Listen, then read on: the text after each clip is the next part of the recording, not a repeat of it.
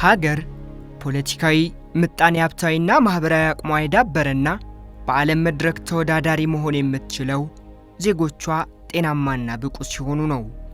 በተለይ እንደ ኢትዮጵያ ያሉ ከፍተኛ የወጣት ቁጥር ያላቸው ሀገራት ዜጎቻቸው ጤናቸው የተጠበቀ ሲሆን ከራስም በላይ ለዓለም ትሩፋት ይሆናሉ። በአንጻሩ ጤናቸው ከተጓደለ ደግሞ በሀገር ላይ የሚኖራቸው ጫና ቀላል የሚባል አይደለም። በተመሳሳይ መልኩ አድገው ሀገርን ይረከባሉ ተብሎ ተስፋ የተጣለባቸው ሕፃናት ጤንነታቸው ካልተጠበቀ ስኬትም ተስፋም ህልም ብቻ ሆነው እንደሚቀሩ አጠያያቂ አይደለም።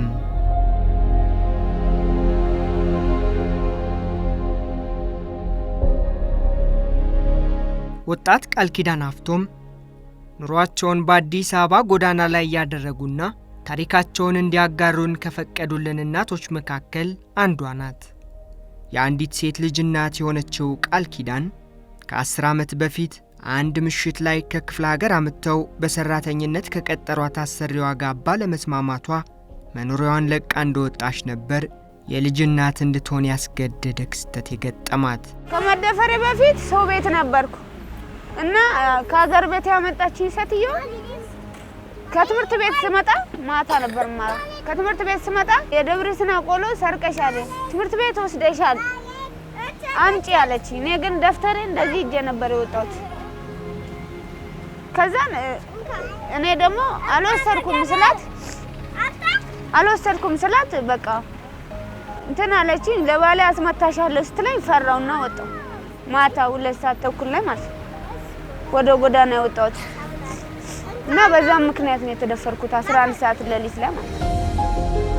ቃል ኪዳን በራሷ ላይ የደረሰው መከራ የነገ ተስፋዬ ባለቻት በአንድያ ልጇ ላይ እንዳይደርስ በመስጋት ኑሯን በጭንቅና በሰቀቀን እየመራች ትገኛለች። ችግር ነው እዚህ ጋር ህይወት ላይ ስንኖር በጣም ተከፍተን ነው የምንኖረው። በራሴ ከፍቶኝ ነው የምኖረው። እንቅልፍ ማልተኛበት ጊዜ አለ። እንቅልፍ ማልተኛበት ምክንያት ለራሴ ተደፍሬ ወልጄም አይቻለሁ። እቺ ልጅ ግን ነገ ከነገ ወዲያ አድጋ መጥፎ ህይወት ላይ እንድትኖርብኝ አልፈልግም። እንዳልከራይ ብር የለኝም። በቃ ቢደፍሩብኝስ? አንኳኩቶ ሌሊት ላይ የኔ ቤት ነው ብሎ የከፈተብኝ ሰው አለ ማታ ማለት ይሄ የኔ ቤት ነው ብሎኝ ማለት እና ባለቤትም ስለነበረ እሱ መታው ወጣው እንጂ እንደዛም ህይወት አለ። ገባህ? ከብዳል።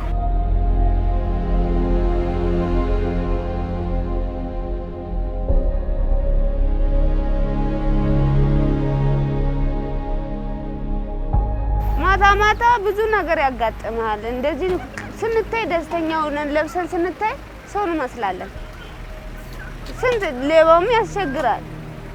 ከሌባም አርፎ ዱርዬ ቤትን ከፍቼ እኔ ነው ውጪ እስከምል ድረስ ደርሻለሁ። ሰካራም ማታ ላይ ማለት ሸራ ቤቱ ሳንፈልግ ባላ ግብተን እንኖራለን ራሳችንን ለማስከበር ስንል ማለት።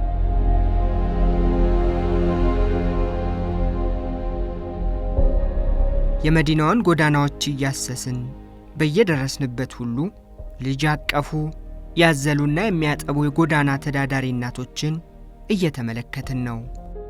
ከነዚህ እናቶች መካከል 3 ልጆቿን ይዛ የተመለከትናት መሰረት ሸዋንግዛው የጎዳና ህይወት ታሪኳን እንድታጫውተን ጠየቅናት። ከቤት ሲወጣ ከአክስቴ ጋር ተጣልቼ አክስቴ ጋር ነበር የምኖረው እና በቃ ከ94 ጀምሮ በጎዳና ላይ ስኖር ብዙ ችግሮች አሉ።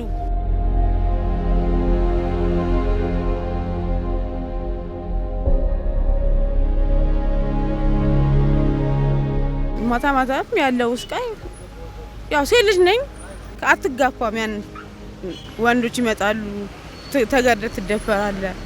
እኔ ብዙ ነገር አሳልፌያለሁ እና ያው ሁሉን ነገር ደግሞ አልፈው እዚህ ጋር አሁን እነዚህ ልጆች ወልጃቸዋለሁ። ለምን ብቻዬን አልቀመጥም? ጎዳና ላይ ከወንዶች ጋር መጋፋት ስላቃተኝ የእነዚህን አባት ያስኩኝ። ከዛ የእነዚህን አባት ይዤ እነዚህ ልጆች ተፈጠሩ፣ ተወለዱ። እችኛዋ እንደተወለደች ጠፍቶ ነበር። በቃ አጥፍቻለሁ ብሎ ሲመጣ ተቀበልኩት። ከዛ እዛ ጊዮርጊስ ላይ ነበር ምተኛው ማለት በዛ ሰዓት። ከዛ እሺ አልኩና ተቀብዬው የኖርን እያለ ሁለቱ ተፈጠሩ። ይሄ ሲወለድ ጥሎ ሄደ እና እኔ እንጃ ጎዳና ለሚያስቡት ራሱ እንጃ ይከብዳል። እንዴት ቃላት ያንሰኛል። ጎዳና በጣም መጥፎ ነው። አብሶ ለሴት ልጅ በጣም ስቃይ ነው። ለምን እንዲህ ለብሰህ ተኝተህ ማለት ነው 3-4 ነው ባስ ይዞ የሚሽከረከሩብክ ሴትነቷን ለማወቅ ማለት ከዛ ተነጋግረው መተው ያንቋል። እዛ ያው ሴት ነኝና ጉልበት የለኝምና እሺ ነው የምትለው። ሴት ስለሆንሽ ብዙ ሰዎች ሊተናኮሉሽ ይፈልጋሉ ሊደፍሩሽና እሱ ነገር አሁን ሳለ እንዴት ነው ልጆችም ስላለ የሚገርም ነገር አሁን እነዚህ ልጆች ራሱ ያዩ ምንም እንትን የለም። ነይ እንደር ነይ እንሂድ አንፈላለግም ሁሉ ነገር የሚባል ነገር አለ። የሚገርም ነገር ማለት አንተ እነዚህ ልጆች እንኳን አይተህ አይከብድም ምን ችግር አለው ልጆቹ ምን ይከብድሽ የሚባል ነገር አለና ያንን ሁሉ ግን ተቋቁሜዋለሁ። ወላ አምጣላበት ቃል አለ ይሰፈር ልጆችም አሉ ምን ታርጋችሁ ምናምን ያሉ እንትን ይቀራል። እንደውም ነው እንዳጋጣሚ ቢሉ ልጁ ይመጣ ያሳያለሁ በቁም ነገር መጥቶ ይጠይቀኛል በቁም ነገር እኔ እኮ ባንሳ እንደዚህ አይነት ነገር ፈላጊ አይደል ምን ችግር አለ ልጆቹሽ ልጆቼ ናቸው ያለኝ ሰው እዚህ ጋር ተኝተሽ ባገኘሽ ሁሉ እኔ አልለቀሽም ብሎኛል።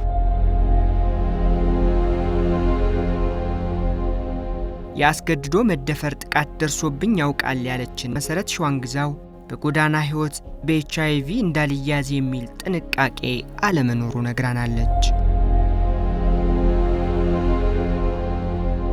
ግብረ ስጋ ግንኙነት ስታረግ ማንኛቸውም የጎዳና ልጆች አይጠነቀቁ ማንኛችንም ማለት ተገናኘን በቃ ተዋወቅን ተጋባ ጤነኛ በሽተኛውን የምናውቀው ነገር ከ3 ወር በኋላ ስንመረመር ድንገት አሞን ስንሄድ እንዲያለባችሁ ስንባል ነው የምናውቀው።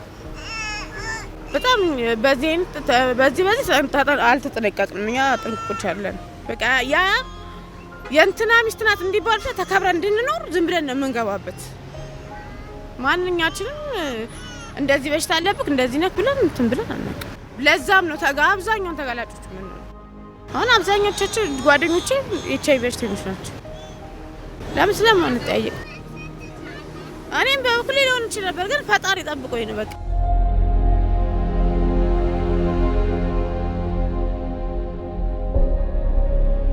ለዚህ ጓደኞቼ አሉ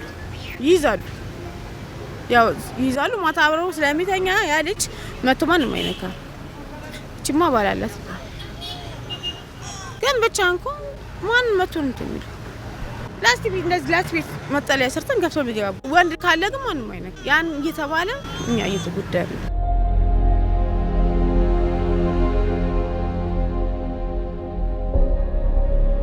ከ1997 ዓ.ም ጀምሮ የጎዳና ተዳዳሪነት ህይወቷን እየመራች የምትገኘው ሌላኛዋ የ3 ልጆች እናት ትዕግስት አዋንዶ ምንም እንኳን በሷ ላይ ያስገድዶ መደፈር አደጋ ባይደርስባትም ሌሎች ሴቶች ሲደፈሩ አይቻለው ትላለች። እዚህ ጋር ከመጣው ገና ሁለተኛ ወሬን ይያለው ከዛ ከላይ መጥቼ እዚህ ከሸራ ከሰራው እስከዚህ ድረስ እዚህ ጋር ወንዙ ሴትም ገብቶ ይደፈራል። ፓርክ ውስጥ አሁን ቄራ ነው የምንብለው አሁን ፓርክ ተብሎ ወንድማማቾች ተብሏል። እዛ አንድ ሴት ለ4 አንድ ሴት ለ5 እንደዚህ እየጎተቱ እያስገቡ ብዙ ታሪክ ብዙ ህይወት አይቻለው። አሁን የተሰራው ወንድማማቾች ፓርክ ውስጥ ብዙ ታሪክ አይቻለው። በዛን ሰዓትም እኔ ብቻ አይደለም ሌሎችም ጎዳና አሉ ማአትነን ራቅ ብለን እንደገና እኛ ጋም ያሉት የ7 አመት ልጅ ራሱ አምጥቶ ሲደፍሩ ሁሉ አይቻለው። በዛም ላይ ደግሞ እንዳትናገሪ ተብዬም ያስፈራሩኝም ሁሉ የሰፈር ተወልዶ ያደጉት አሉ አልተናገርኩም።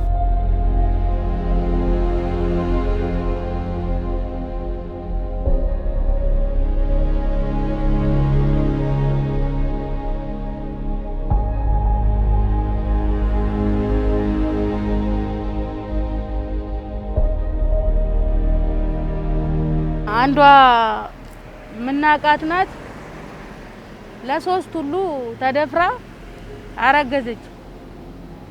አርጊዛ መውለዷ አልቀረም ወለደች። 3ቱም ያመኔ ነው አለ። የማን እንደሆነ አልተለየም። እስካሁን ያንን ታሪክ ይዛ ትኖራለች። ልታስተዋውቅ ልታጋልጥ አትፈልግም። እኛ ግን እናቃለን በረንዳ ላይ ስለምንኖር። ትዕግስት በሌሎች እንስቶች ላይ የደረሰው የመደፈር አደጋ በእሷ ላይ እንዳይደርስና የልጇም ህይወት ከአደጋ ለመታደግ በማሰብ ተፈጥሯዊ እንቅልፏን እንዲያስታግስላት ስትል የጫት ጥገኛ ሆናለች። ይህ ስጋት ግን የትዕግስት ብቻ አይደለም። አሁን እኔ ሱስ ፈልጌ አይደለም፣ ሱሰኛ ጫት ፈልጌ አይደለም፣ ስሜቴም አይደለም። ግን በቃ ይሄን ልጅ ለመጠበቅ አክል አሁን ለምኜ በዚህ ኃላፊ አግዳሚ ለምኜ በጫት ነው ማነገው። አልተኛም ሲሆንልኝና እንቅልፍ ያሸንፈኝ ይችላል፣ እንቅልፍ ይጠየኛል። እችን ልጅ ቢደፍራት እኔ ተጎጂ አይደል ነኛ። የነዚህ ልጆች ህይወት መታደግ ስላለብኝ ነው ፈጥሬያቸዋለሁና መታደግ ስላለብኝ በቃ እዚህ ጋር ቀን ራሱ ይዣቸው ለሞላ እኔ ጭንቅላቴ ጥሩ አይደለም። ለምን ምንድነው የሚቀስቡት? እነዚህ ልጆች ታዳጊዎች ናቸው፣ የኔን ህይወት ነው የሚቀስቡት።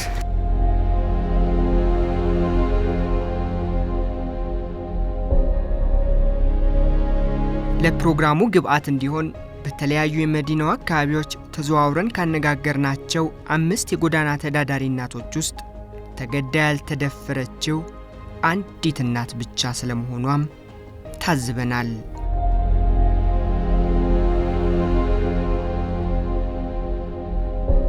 ከአጠቃላይ የዓለም ሕዝብ HIV በደማቸው ከሚገኝ ሰዎች ውስጥ 61 በመቶዎቹ ከሰሃራ በታች በሚገኝ ሀገራት ውስጥ የሚኖሩ ናቸው። ከነዚህም ሀገራት ውስጥ ኢትዮጵያ አንዷ ናት።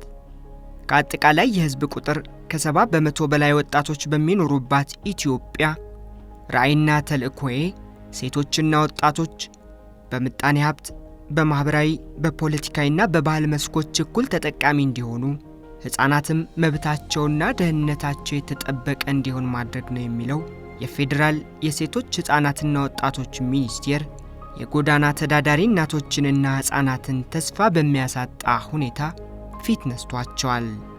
ተቋሙ የሁሉም ኢትዮጵያውያን እንስቶች ድምፅ ነኝ ቢልም ለጎዳና ተዳዳሪ እናቶችና ሕፃናት ግን ድምፅ ሲሆንላቸው አይታይም። 3 ዓመት 4 ዓመትኛ ምንም ስራ አልሰራንም። በመሃል እንደዚህ ተደርቦ መስራት እኛ መቀመጥ ስለማንፈልግ ብቻ የምንሰራው ስራ እንጂ ታስቦበት ታልሞበት የተሰራ ነገር በኤችአይቪ ኤድስ ላይ እዚህ ቢሮ ውስጥ አላውቅም። ምክንያቱም ሶስት ክንፍ ነው ያለው ይሄ ቢሮ። ወጣቶች አለ፣ ሴቶች አለ፣ ህፃናት አለ። ኦልሞስት ከ65% በላይ የኢትዮጵያን ህዝብ ከቨር የሚያደርግ ተቋም ነው። ብዙዎቹ ደግሞ በኤችአይቪ የሚጠቁት ሰዎች እነዚህ ሰዎች ናቸው። ህፃናትም በለው ወጣትም በለው ሴትም በለው 67% ኢትዮጵያ ውስጥ ከኤችአይቪ ከተያዙት 67% ሴቶች ናቸው። ይሄ እየታወቀ እንኳን ለምንድን ነው ስለ በኢኮኖሚ ተጠቃሚነትና ተሳትፎ ላይ ብዙ ስራ ይሰራል ቢሮ። መጀመሪያ በዛ ተጠቃሚነት ውስጥ ለመግባት እነዛ ሰዎች እኮ ጤናማ መሆን አለባቸው። ይሄንን እንዴት አንደርስታንድ ማድረግ እንደሚቸግራቸው አላውቅም።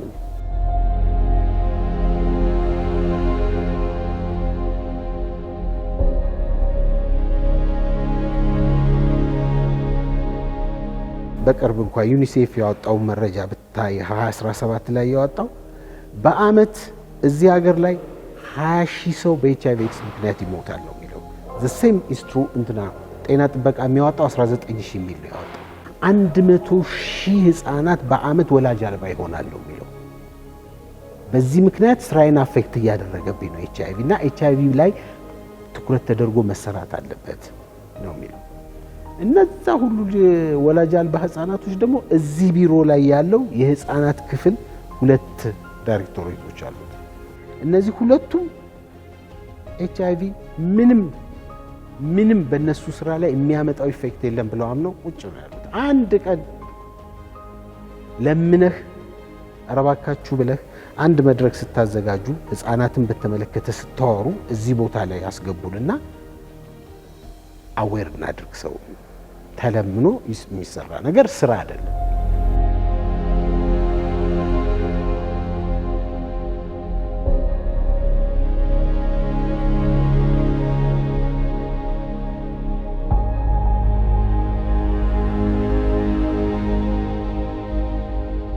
የፌዴራል ኤችአይቪ ኤድስ መከላከያና መቆጣጠሪያ ጽሕፈት ቤት በኢትዮጵያ ባለፈው ዓመት ባደረግኩት ጥናት መሰረት በኤችአይቪ ከተያዙ ሰዎች መካከል 24 በመቶ የሚሆኑት ማለትም ከ100 ሰዎች ውስጥ 24ቱ ሕፃናት እንደሆኑ አረጋግጫለሁ ሲል ይፋ አድርጓል። በተመሳሳይ ዓመትም በኤችአይቪ ኤድስ አማካኝነት ሕይወታቸውን ካጡ ኢትዮጵያውያን መካከል 16 በመቶዎቹ አሊያም 2000 የሚጠጉት የሀገር ተስፋዎቹ ሕፃናት ናቸው።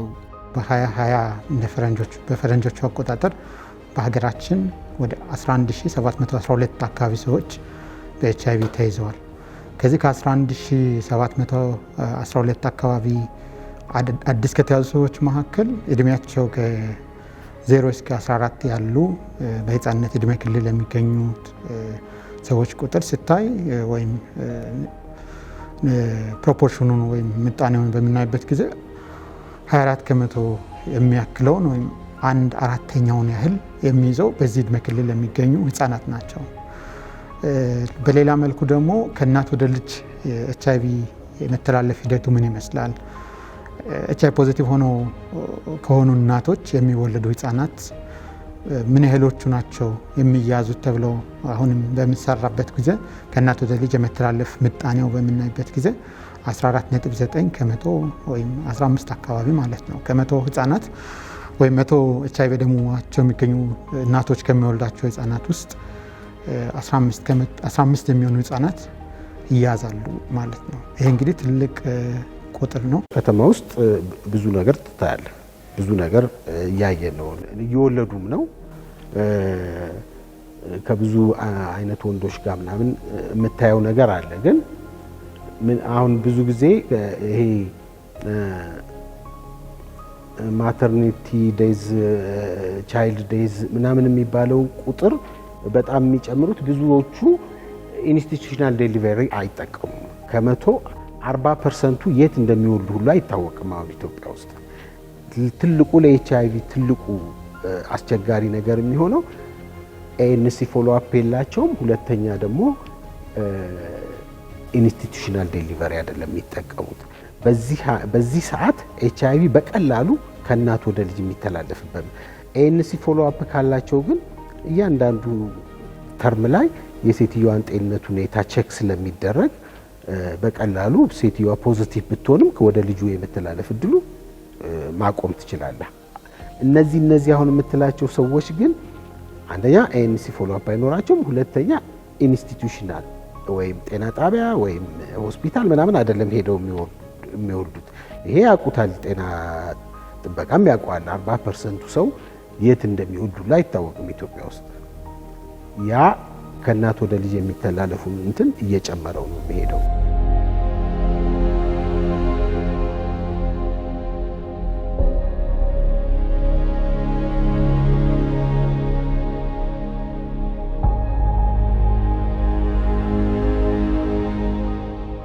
አሁን እዚህ ያሉ ሰዎች ለመረጃ ያላቸው አክሰስ እጅግ በጣም የተወሰነ ነው።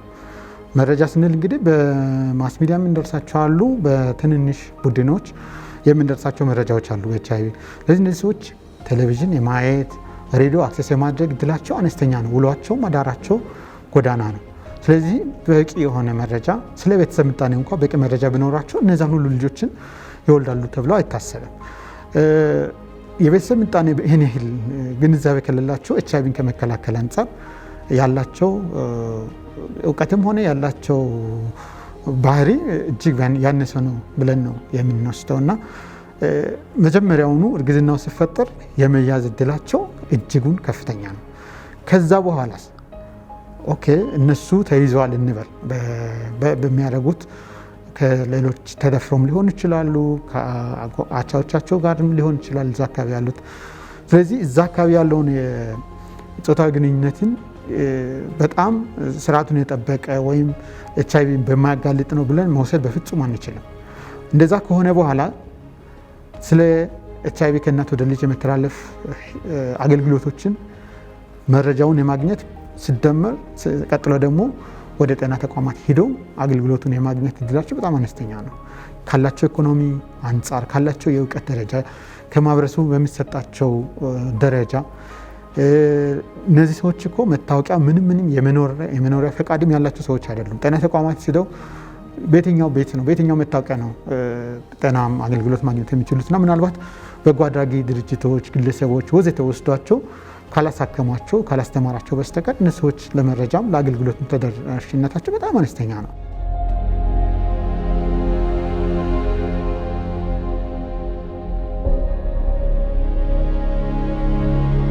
ያንን በደንብ ያውቁታል። ግን ኤችአይቪ ኤድስን በተመለከተ ጠልቀው ሲያወሩም ሲሰሩም እኔ አይቻልም።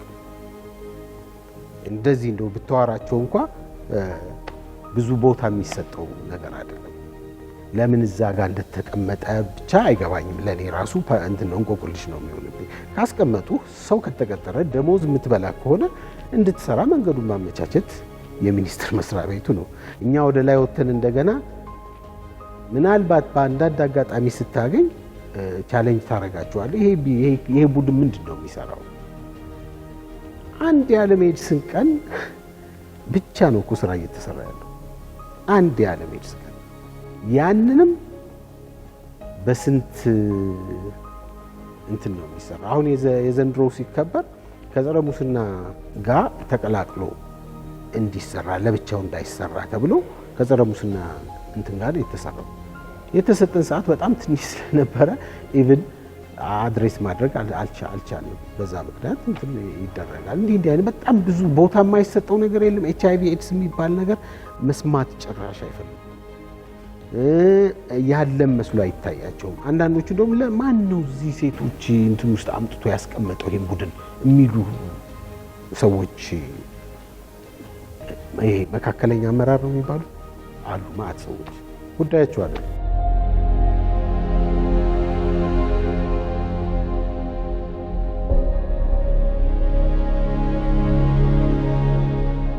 ካሰሩን ሁሉም ያለነው 3 ነን።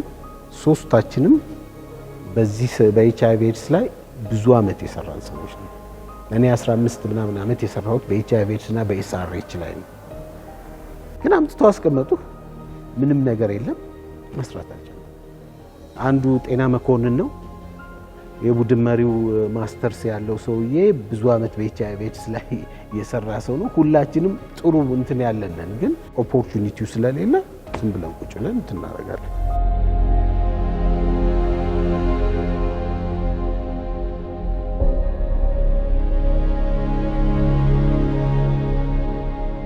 ትልቁ የኤችአይቪ መተላለፊያ መንገድ ተብሎ ከሚታሰበው የመጀመሪያ ደረጃ የሚይዘውና ትልቁ በጾታዊ ግንኙነት የሚተላለፍ ሲሆን ቀጥሎ የሚመጣው ከእናት ወደ ልጅ ነው። ሌላኛው የደምና የደም ውጤቶች ንክኪ ነው። እንግዲህ 3ቱ ናቸው ዋና መተላለፊያ መንገዶች የሚባሉት። ከዛ ውስጥ ግን በዋናነት ሁለተኛው ላይ በዓለም አቀፍም ደረጃ በሀገራችን ደረጃ እንደ ግብ ያስቀመጥ ነው እናቆማለን። ምንም አይነት ህፃን ከእናት ወደ ልጅ ሲወለድ ነፃ ሆኖ እንዲወለድ ወይም በኤችአይቪ እንዳያዝ የማድረግ ስራ መሰራት አለበት ተብሎ በርካታ ስራዎች ሲሰሩ ቆይተዋል እና ይሄ አሁን ያለው ምጣኔ ግን እጅግ ከፍተኛ ነው። ቢያንስ ከ5 በታች 5 እና ከዛ በታች ማድረስ ነበረብን በዚህ ሰዓት ማለት ነው። ከ105 ልጆች ብቻ እንዲያዙ ማድረግ ከዛም እያል ከ102 ልጆች እያል ምንም አይነት ልጆች እንዳያዙ ማድረግ አለብን ነው። ነገር ግን አሁን ያለው በጣም ትልቅ ቁጥር ነው፣ ትልቅ ምጣኔ ነው የሚያሳየው።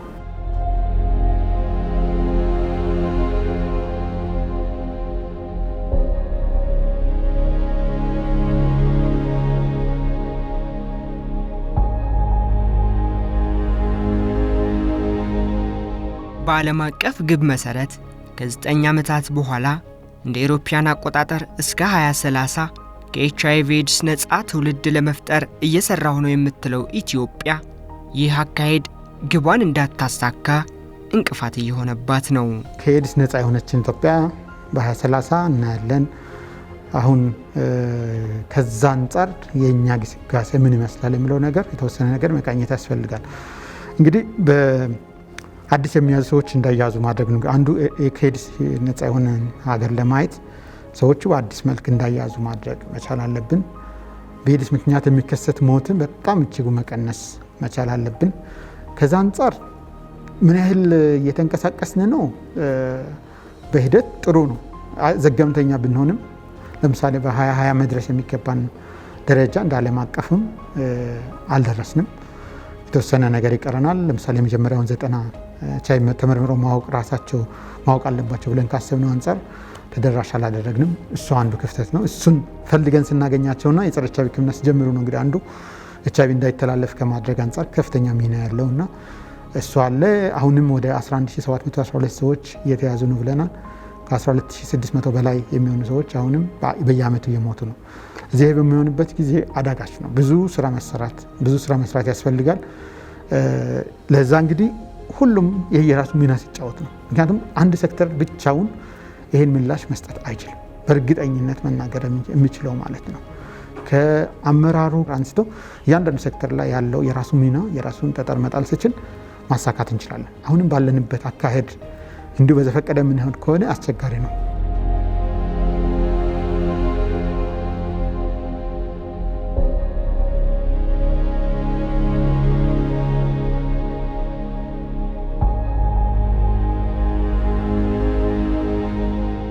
ስልጡንና ተወዳዳሪ ሀገር ያለ ጤናማ ትውልድ ማሰብ እጅግ ከባድ ነው። ሴቶችና ወጣቶች በምጣኔ ሀብት፣ በማህበራዊ፣ በፖለቲካዊና በባህል መስኮች እኩል ተጠቃሚ እንዲሆኑ፣ ሕፃናትም መብታቸውና ደህንነታቸው የተጠበቀ እንዲሆን ማድረግ የሚቻለው ቅድሚያ ጤንነታቸውን እንዲጠብቁ ከተደረገ ብቻ ነውና ቸልተኝነቱ ሊበቃ ግድ ይላል። በጤና ያቆየን።